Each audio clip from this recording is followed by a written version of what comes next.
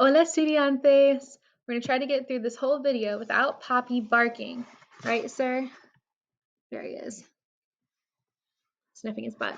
Okay, so today we're going to learn about formal commands. And the reason why we pair them with negative commands is because formal commands and negative commands both have this funny, like, opposite ending rule. And so it just makes sense that we put them all together.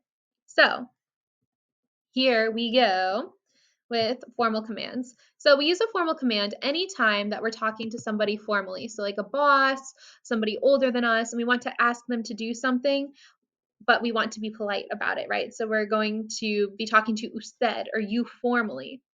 So with all verbs, right, we're going to start by taking off the AR, ER, or IR of our verb. Then, just like how we did, hey, so we take off the AR, ER, IR ending and we add instead our yo form, whatever that is. We're going to put it into the yo form. And the reason why is because putting it into the yo form means that it takes care of any irregularities or stem changes that we need to do. So we put it into the yo form, but we take off the O. And then we use the opposite el, ella, usted ending.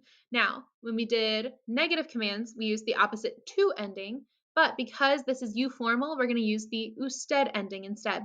So we have, for AR verbs, the opposite ending would be an E, and for ER/IR verbs, the opposite ending would be an A. And of course, doing this for formal commands, you can make these formal commands negative by just adding a no in front. And so it's very, very simple. Okay, so let's do something step by step just to make sure that you have it. Wash your hands. So lavar means to wash. Los manos are your hands. So we take off the AR first, and then we make it into the yo form. Now for this one, there is no stem change, so that kind of like clears out the need for us to worry about the yo form too much, but we're going to put it into the yo form for good practice, and it's lavo.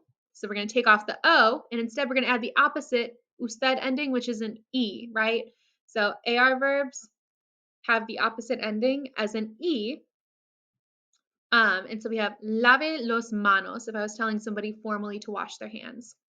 So don't cool the cookies. No enfríe las galletas. Fry the eggs. Fría los huevos. So freír is an IR verb. We take off the IR.